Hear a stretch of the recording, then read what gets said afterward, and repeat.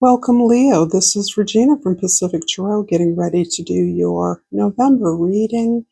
I first pulled a card from the Talisman Oracle, and I will read that to you. This is the Good Fortune card, and it reads, in ancient Egypt, the scare beetle was a symbol of good fortune, rebirth, and protection from jealousy. This card indicates prosperity and long-term success.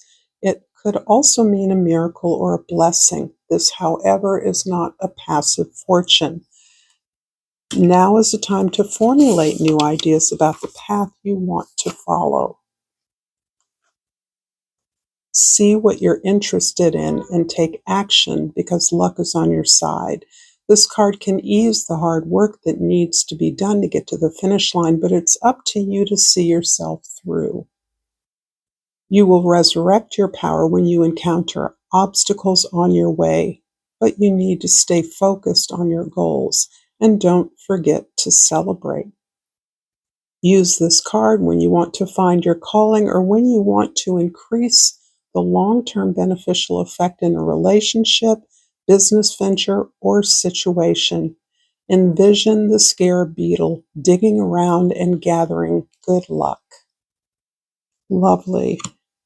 So your overall energy is the 10 of Wands, and this is really about you releasing the expectations and burdens that have been imposed on you by others.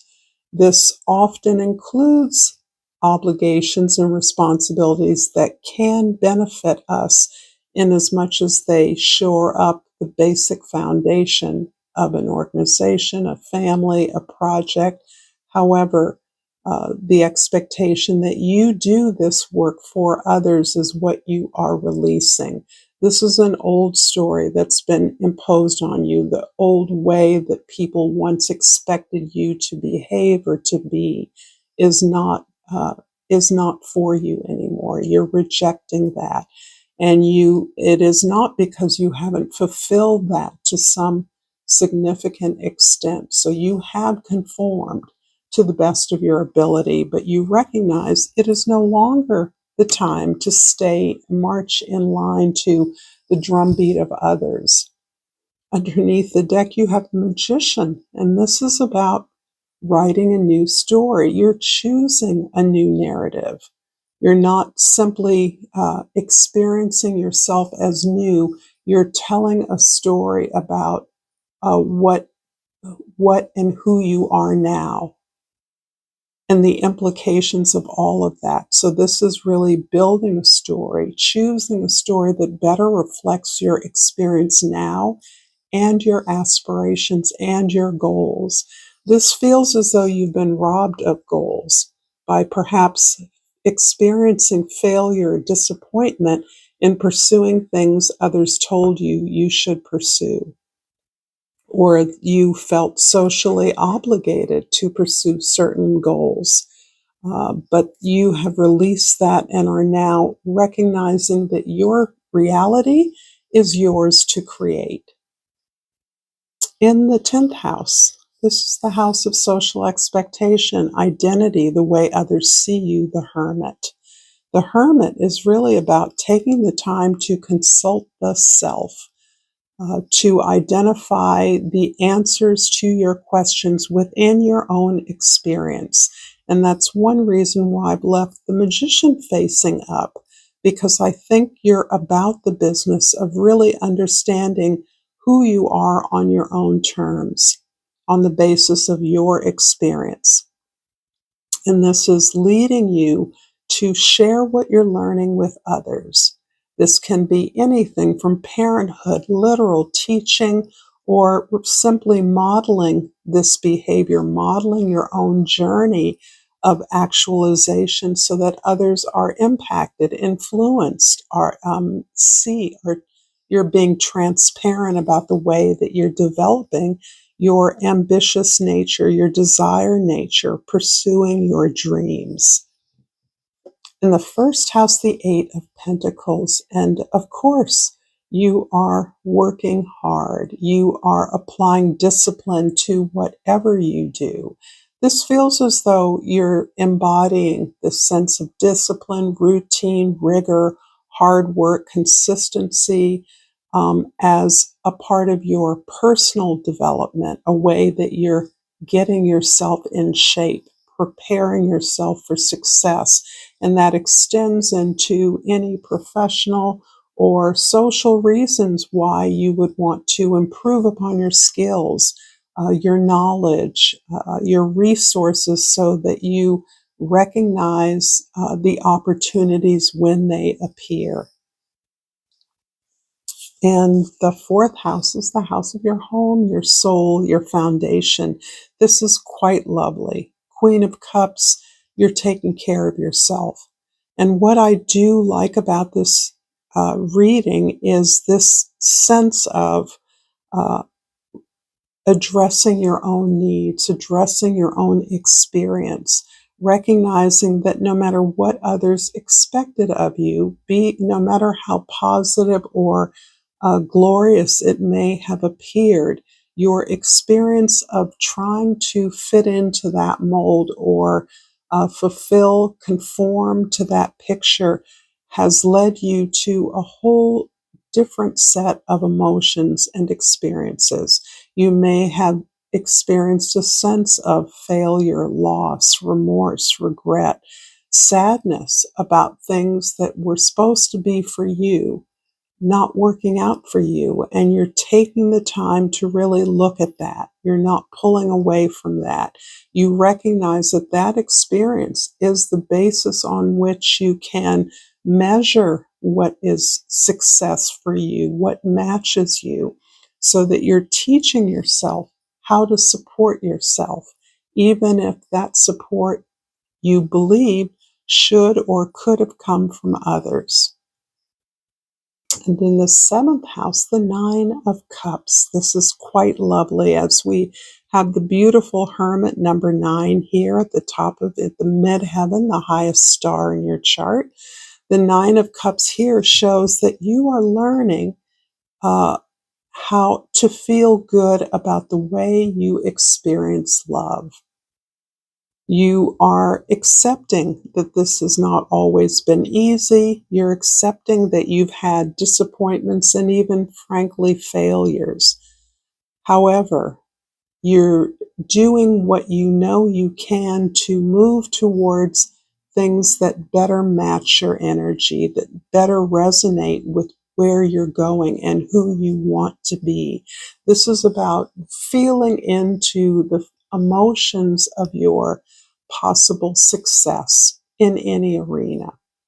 This is quite likely possible specifically in the arena of partnership for some of you looking for partners, or an experience, a passionate experience that allows you to do your best, to try everything, to understand that whatever you've tried, you've recognized that you can support yourself in all the ways that matter. And feeling good means exploring all the options before you, recognizing that you can be fulfilled and content with your process of gaining your dreams, pursuing your dreams, and building those healthy relationships with self and with others. I'm going to clarify these cards with the Shadow Work deck, or I think it's called a Retherial, and I will pull an oracle card at the very end. If this reading is resonating for you, please like this video and subscribe to my channel, Pacific Tarot. I feel so appreciative and grateful for the support that you do give me. So thank you for that.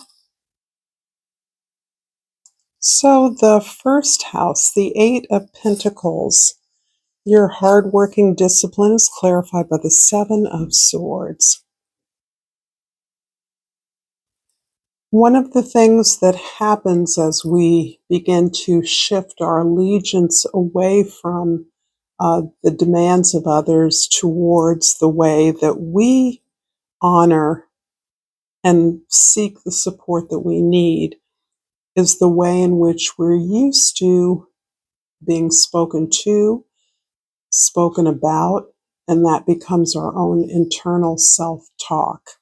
So this is showing me that you are still struggling to manage the way that you talk to yourself, so that you're not talking to yourself in a critical way that might reflect the kind of parenting support you received in the past, or the way that socially others have seen you, if that's competitive, if that is uh, worshipful, however others have often talked about you, and that includes the competitive energy, jealous energy that you may have encountered.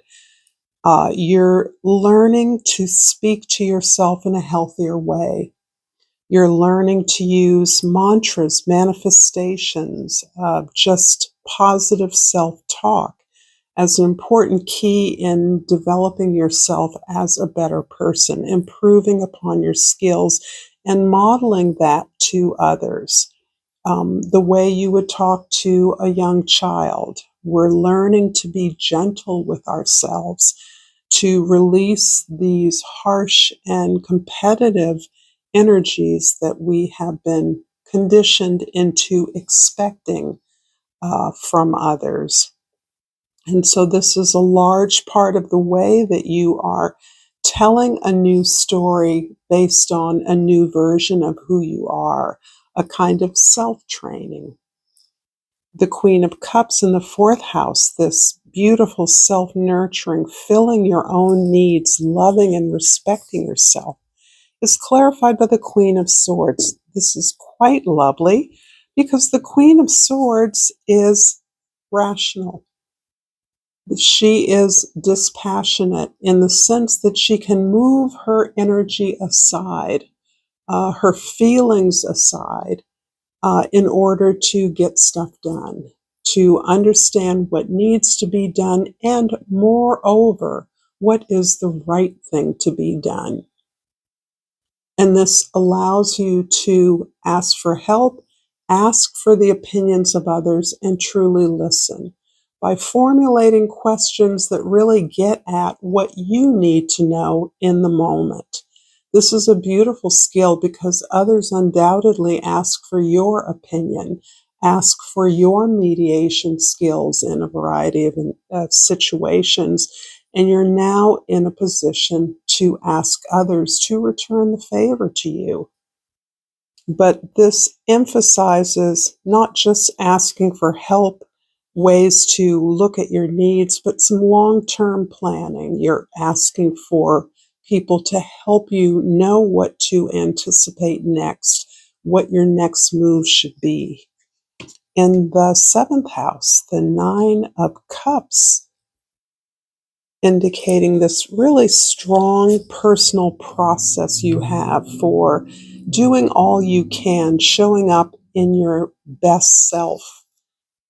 The Five of Wands is again emphasizing that you are part of a team, that you are looking to change the way you've always energized yourself in the past, that the motivations that have moved you forward in the past don't reflect an honest or uh, sincere way of finding your purpose, finding your energy, being respectful of the energy of others, leveling up to the best possible scenario. This is your spiritual self. This is one of your cards where you're really trying to change the actual circumstance of your relationships. You're looking for a new container, something about the way in which you have gained or experienced partnership with others. You're looking to change that vision, that environment in some ways. Perhaps there was an extreme amount of social interaction, going out, being seen. Maybe that's something you're rethinking. Activities you can engage in with friends, significant others, family members that are less display oriented. And this is part of your learning more about your partners, your friends, so that you have a better idea of where the matches exist in your relationships, the things you want to build on, and the things that you're ready to release. And in the 10th house, the Hermit, finding that authentic self, building up your own personal authority. The Knight of Wands is clarifying this. And this is beautiful because this again emphasizes your passionate nature, right? You're looking at, where does the passion come from? Does it come from a real desire and real love within me? Is this something that consumes my devotion, my attention, and gives me that boundless energy that helps me to follow through and to be the light that others have come to experience from me?